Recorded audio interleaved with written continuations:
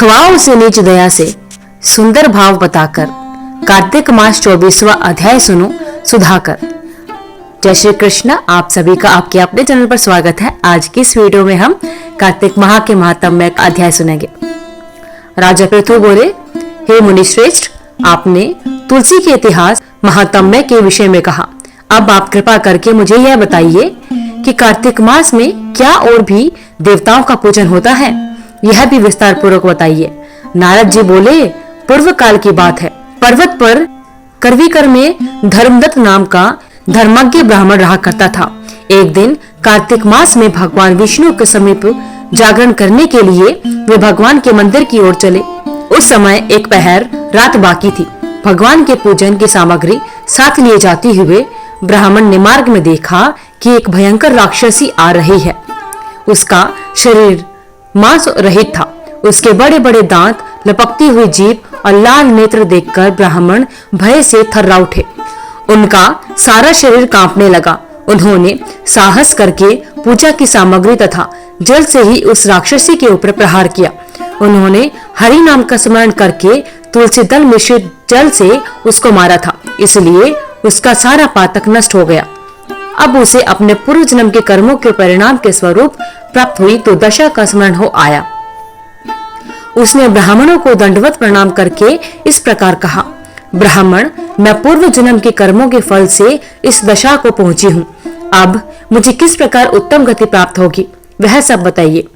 धर्मदत्त ने उसे इस प्रकार प्रणाम करते देखकर आश्चर्यचकित होते हुए पूछा कि इस कर्म के फल से तुम इस दशा को पहुंची हो, कहाँ की रहने वाली हो, तुम्हारा नाम क्या है और आचार व्यवहार कैसा है, ये सारी बातें मुझे बताओ।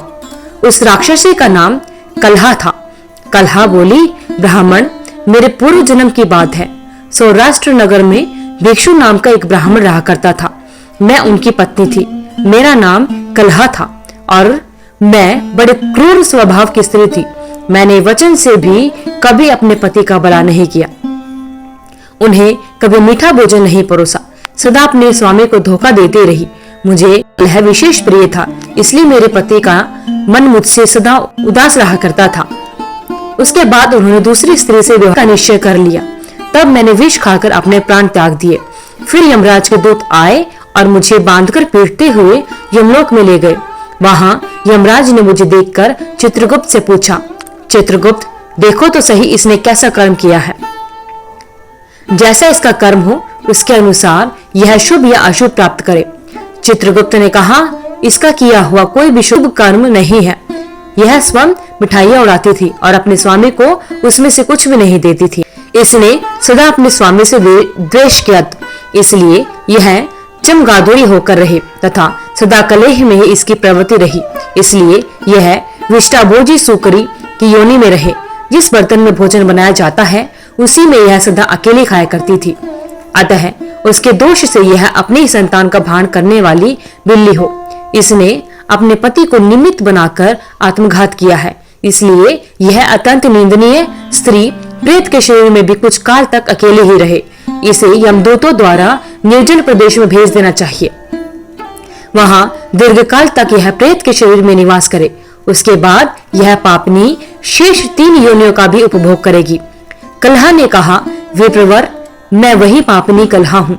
इस प्रेत शरीर में मुझे आए 500 वर्ष बीत चुके हैं। मैं सदैव भोग प्यास से पीड़ित रहती हूँ। एक वनीय के शरीर में प्रवेश करके मैं इस दक्षिण देश में कृष्णा और वेणी के संगम तक आई हूँ। जो ही संगम तट पर पहुंची त्यों ही भगवान शिव और विष्णु भगवान के पार्षदों ने मुझे बलपूर्वक वनीय के शरीर से दूर भगा दिया। तब से मैं भूख का कष्ट सहन करती हुई इधर उधर घूम रही हूँ। इतने में ही आपके ऊपर मेरी दृष्टि पड़ गई। आपके हाथ से तुलसी मिश्रित जल का संसर्ग पाकर मेरे सब पाप नष्ट हो गए हैं। द्विज श्रेष्ठ, अब आप ही कोई उपाय बताइए। शरीर से और भविष्य में होने वाली भयंकर 3 योनियों में से किस प्रकार मुक्त हो जाऊंगी। कलहा का यह वचन सुनकर धर्मदत्त उसके पिछले कर्मों और वर्तमान अवस्था को देखकर बहुत दुखी हुआ। फिर उसने बहुत सोच समझकर कुछ विचार करने के बाद कहा, धर्मदत्त ने जो भी कहा वर्णन हम 25वें अध्याय में सुनेंगे। तो इस प्रकार भक्तजनों, कार्तिक माह के महात्म्य का 24वां अध्याय संपूर्ण होता है। सुना प्रश्न ऋषियों का और बोले सूत जी ज्ञानी। 25वें अध्याय में सुनो श्री हरि की वाणी। धर्मदत्त उसके पिछले कर्मों और वर्तमान अवस्था को देखकर बहुत दुखी हुआ। फिर उसने बहुत सोच विचार करने के बाद कहा, तीर्थ में दान और व्रत सत्कर्म करने से मनुष्य के पाप नष्ट हो जाते हैं, परंतु तू तो प्रेत के शरीर में है, अतः उन कर्मों को करने की अधिकारिणी नहीं है। इसलिए मैंने जन्म से लेकर अब तक जो कार्तिक का व्रत किया है उसके पुण्य का आधा भाग मैं तुझे देता हूँ, तो उसी से सद्गति को प्राप्त हो जा। इस प्रकार कहकर धर्मदत्त ने द्वादश मंत्र का श्रवण कराते हुए तुलसी मिश्रित जल से जो ही उसका अभिषेक किया, त्यों ही वह प्रेत योनि से मुक्त होकर प्रज्वलित अग्निशिखा के समान तेजस्विनी और दिव्य रूप धारणी देवी हो गई और सौंदर्य में लक्ष्मी जी के समानता करने लगी। उसके बाद उसने भूमि पर दंड की भांति गिरकर ब्राह्मण देवता को प्रणाम किया और हर्षित होकर गदगद वाणी में कहा, हे द्विज श्रेष्ठ, आपके प्रसाद से आज तो मैं नरक से छुटकारा पा गई हूँ। मैं तो पाप के समुद्र में डूब रही थी और आप मेरे लिए उस नौका के समान हो गए हो जो समुद्र से बाहर निकाल लाई है मुझे। वह इस प्रकार ब्राह्मण से कहती रही कि आकाश से एक दिव्य विमान उतरता हुआ दिखाई दिया। वह अत्यंत प्रकाशमान एवं विष्णु रूपधारी पार्षदों से युक्त था। विमान के द्वार पर खड़े हुए पुण्यशील और सुशील उस देवी को उठाकर श्रेष्ठ विमान पर चढ़ा लिया। तब धर्मदत्त ने बड़े आश्चर्य के साथ उस विमान को देखा और विष्णु रूपधारी पार्षदों को देखकर साष्टांग प्रणाम किया। फिर पुण्यशील और सुशील ने प्रणाम करने वाले ब्राह्मण को उठाया और उसकी सराहना करते हुए कहा कि हे द्विज श्रेष्ठ, तुम्हें यह साधुवाद है क्योंकि तुम सदैव भगवान विष्णु के भजन में तत्पर रहते हो, दीनों पर दया करते हो, सर्वज्ञ हो तथा भगवान विष्णु के व्रत का पालन करते हो। तुमने बचपन से लेकर अब तक जो कार्तिक व्रत का अनुष्ठान किया है उसके आधे भाग का दान देने से तुम्हें दुना पुण्य प्राप्त हुआ है और सैकड़ों जन्मों के पाप नष्ट हो गए हैं। अब यह वैकुंठ धाम में ले जाई जा रही है। तुम भी इस जन्म के अंत में अपनी दोनों स्त्रियों के साथ भगवान विष्णु के वैकुंठ धाम में जाओगे और मुक्ति को प्राप्त करोगे। धर्मदत्त, जिन्होंने तुम्हारे समान भक्ति पूर्वक भगवान विष्णु की आराधना की है वे धन्य है और कृतकृत्य है। इस संसार में उन्हीं का जन्म सफल है। भली भांति आराधना करने पर भगवान विष्णु देहधारी प्राणियों को क्या नहीं देते। उन्होंने ही उत्तानपाद के पुत्र को पूर्व काल ध्रुव पद पर स्थापित किया था। उनके नामों का स्मरण करने मात्र से समस्त जीव सद्गति को प्राप्त होते हैं। पूर्व काल में ग्रहग्रस्त गजराज उन्हीं के नामों का स्मरण करते हुए मुक्ति को प्राप्त हुए थे। तुमने जन्म से लेकर जो भगवान विष्णु को संतुष्ट करने वाले कार्तिक व्रत का अनुष्ठान किया है, बढ़कर ना यज्ञ है, ना दान और ना ही तीर्थ। हे विप्रवर, तुम धन्य हो क्योंकि तुमने जगत गुरु भगवान विष्णु को प्रसन्न करने वाला कार्तिक व्रत किया है, जिसके आधे भाग के फल को पाकर यह स्त्री हमारे साथ भगवान लोक में जा रही है। बोलिए भगवान श्री हरि विष्णु की जय। तो इस प्रकार भक्तजनों, कार्तिक माह के महात्म्य का 25वां अध्याय संपूर्ण होता है। कृष्ण नाम का आसरा, कृष्ण नाम का ध्यान। अध्याय अब लिखने लगा महान। कार्तिक माह के महात्म्य के अनुसार पार्षदों ने कहा, एक दिन की बात है, विष्णुदास ने नित्य कर्म करने के पश्चात भोजन तैयार किया, किंतु कोई उसे छुपाकर चुरा कर ले गया। विष्णुदास ने देखा भोजन नहीं है, परंतु उन्होंने दोबारा भोजन नहीं बनाया, क्योंकि ऐसा करने पर सायंकाल की पूजा के लिए उन्हें अवकाश नहीं मिलता। अतः प्रतिदिन के नियम का भंग हो जाने का भय था। दूसरे दिन पुनः उसी समय पर भोजन बनाकर भगवान विष्णु को भोग अर्पण करने के लिए गए, त्यों ही किसी ने आकर फिर सारा भोजन हड़प लिया। इस प्रकार 7 दिनों तक लगातार कोई ना कोई उनका भोजन चुरा कर ले जाता। इससे विष्णुदास को बड़ा विस्मय हुआ। वे मन ही मन इस प्रकार विचार करने लगे, तो कौन प्रतिदिन आकर मेरी रसोई चुरा कर ले जाता है? यदि दोबारा रसोई बनाकर भोजन करता हूँ तो सायंकाल की पूजा छूट जाती है। यदि रसोई बनाकर तुरंत ही भोजन कर लेना उचित हो तो मुझसे यह ना होगा, क्योंकि भगवान विष्णु को सब कुछ अर्पण किए बिना कोई भी वैष्णव भोजन नहीं करता। आज उपवास करते हुए मुझे 7 दिन हो गए। इस प्रकार व्रत में कब तक स्थिर रह सकता हूँ? अच्छा, आज मैं कोई रसोई की भली भांति रक्षा करूंगा। ऐसा निश्चय करने के बाद भोजन बनाने के बाद में विष्णुदास वहीं छिपकर खड़ा हो गया। इतने में ही उन्हें एक चांडाल दिखाई दिया जो रसोई का अन्न हर कर जाने के लिए तैयार खड़ा था। भूख के मारे उसका सारा शरीर दुर्बल हो गया था। मुख पर दीनता छा रही थी। शरीर में हाड़ और चाम के सिवा कुछ भी शेष नहीं बचा था। उसे देखकर श्रेष्ठ ब्राह्मण विष्णुदास का हृदय करुणा से भर आया। उन्होंने भोजन चुराने वाले चांडाल की ओर देखकर कहा, भैया जरा ठहरो, क्यों रुखा सूखा खाते हो, यह घी तो ले लो। इस प्रकार कहते हुए विप्रवर विष्णुदास को आते देखकर वह चांडाल भय के मारे बहुत तेजी से वहां से भागा और कुछ ही दूरी पर मूर्छित होकर गिर पड़ा। चांडाल को भयभीत और मूर्छित देखकर द्विज श्रेष्ठ विष्णुदास बड़े वेग से उसके समीप आए और दयावश अपने वस्त्र के छोर से उसको हवा करने लगे। उसके बाद जब वह उठकर खड़ा हुआ तब विष्णुदास ने देखा वहां चांडाल नहीं बल्कि साक्षात नारायण ही है। नारायण ही शंख और चक्र और गदा के साथ सामने उपस्थित है। अपने प्रभु को प्रत्यक्ष देखकर विष्णुदास सात्विक भावों के वशीभूत हो गए। वे स्तुति और नमस्कार करने में भी समर्थ न हो सके।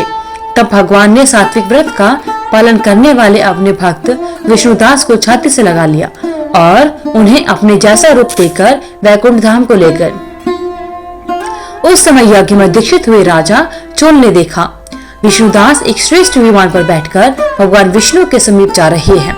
भगवान विष्णुदास को वैकुंठ धाम में जाते देखकर राजा ने शीघ्र ही अपने गुरु महर्षि मिथिल को बुलाया और इस प्रकार कहना आरंभ किया, जिसके साथ स्पर्धा करके मैंने इस यज्ञ दान आदि कर्म का अनुष्ठान किया है, वह ब्राह्मण आज भगवान विष्णु का रूप धारण करके मुझसे पहले ही वैकुंठ धाम को जा रहा है।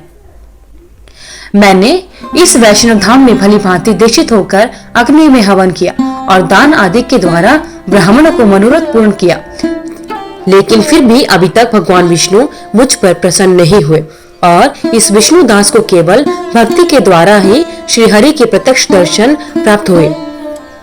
अतः जान पड़ता है कि भगवान विष्णु केवल दान और यज्ञों से प्रसन्न नहीं होते, उन प्रभु का दर्शन कराने में भक्ति ही प्रधान कारण है।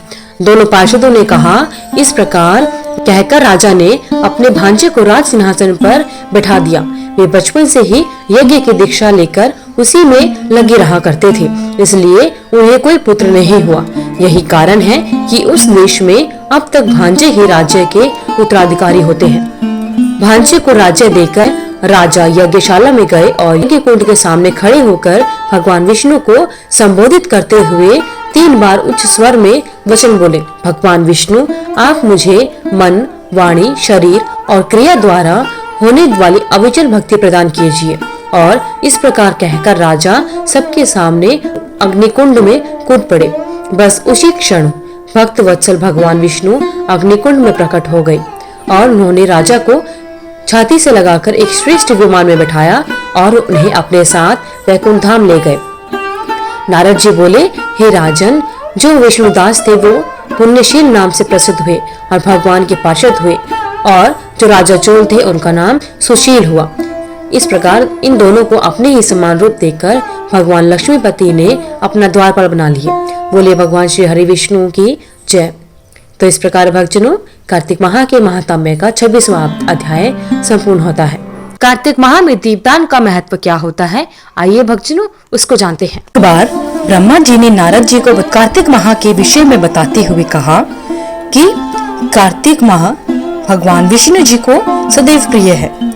इस मास में भगवान विष्णु जी का ध्यान करते हुए कोई भी पुण्य कार्य किया जाए तो उसका फल अवश्य मिलता है। सभी योनियों में से मनुष्य योनि को सर्वश्रेष्ठ तथा दुर्लभ कहा गया है। अतः प्रत्येक मनुष्य को कार्तिक माह में पुण्य कर्म करने चाहिए, क्योंकि इस माह में सभी देवतागण मनुष्य के समीप हो जाते हैं। इस माह में देवता मनुष्य द्वारा किए हुए स्नान, व्रत, वस्त्र, भोजन, चांदी, स्वर्ण, भूमि आदि दिए गए दान को विधि पूर्वक ग्रहण करते हैं। इन सभी में अन्न दान, जो कि सभी पापों का नाश करता है, का अधिक महत्व होता है। कार्तिक माह में मनुष्य जिस किसी मनोकामना से दान अधिक करता है उसे वह अक्षय रूप में प्राप्त होता है। यदि कोई मनुष्य दान देने में असमर्थ हो तो उसे कार्तिक मास में प्रतिदिन भगवान के नामों का स्मरण करना चाहिए तथा गंगा जी में स्नान करते हुए कार्तिक माह की कथा पढ़नी और सुननी चाहिए। ऐसा करने से भी मनुष्य पुण्य का भागी बन जाता है। इस माह में भगवान को प्रसन्न करने के लिए किसी भी मंदिर में भजन कीर्तन करना चाहिए, स्वयं दीपदान करना चाहिए अथवा दूसरे के दीपक की रक्षा करनी चाहिए। भगवान का रूप तथा मोक्ष पद प्राप्त करने के लिए तुलसी तथा आंवले के वृक्ष को भगवत स्वरूप मानकर उसका पूजन करना चाहिए। जो मनुष्य कार्तिक माह में जमीन पर सोता है उसके सभी पाप योगों के लिए नष्ट हो जाते हैं। मनुष्य अरुणोदय काल में जागरण कर गंगा में स्नान कर करोड़ों जन्म के कष्टों को धो डालता है या पापों को धो डालता है। गोविंद गोविंद हरे मुरारे, गोविंद गोविंद मुकुंद कृष्ण, गोविंद गोविंद रथांगपाणि, गोविंद दामोदर माधवेति। कार्तिक माह में प्रतिदिन इस प्रकार भगवान का कीर्तन करना चाहिए। कार्तिक माह में गीता का पठन एवं श्रवण करना आवश्यक होता है। इससे बड़ा कोई पुण्य हो ही नहीं सकता। कार्तिक माह में कहा जाता है कि दीपदान करने से स्त्रियों और पुरुषों द्वारा जन्म से लेकर अब तक अर्जित पाप सभी पाप नष्ट हो जाते हैं। इस विषय में एक प्राचीन कथा बहुत ही महत्वपूर्ण है। प्राचीन काल में द्रविड़ देश में बुद्ध नाम का एक ब्राह्मण निवास करता था। उसकी स्त्री बहुत दुराचारी थी। उसके संग दोष से पति की आयु क्षीण होकर वह मृत्यु को प्राप्त हो गया। पति की मृत्यु के पश्चात भी वह स्त्री उसी घृणित कार्य में लगी रही। लोक निंदा से उसे तनिक भी लज्जा नहीं आती थी। उसका ना तो कोई पुत्र था और ना ही भाई। वह सदैव भिक्षा से प्राप्त अन्न को ही ग्रहण करती थी। वह अपने हाथ से बनाए हुए शुद्ध भोजन को भी न खाकर मांगकर लाए गए बासी भोजन को ही करती थी।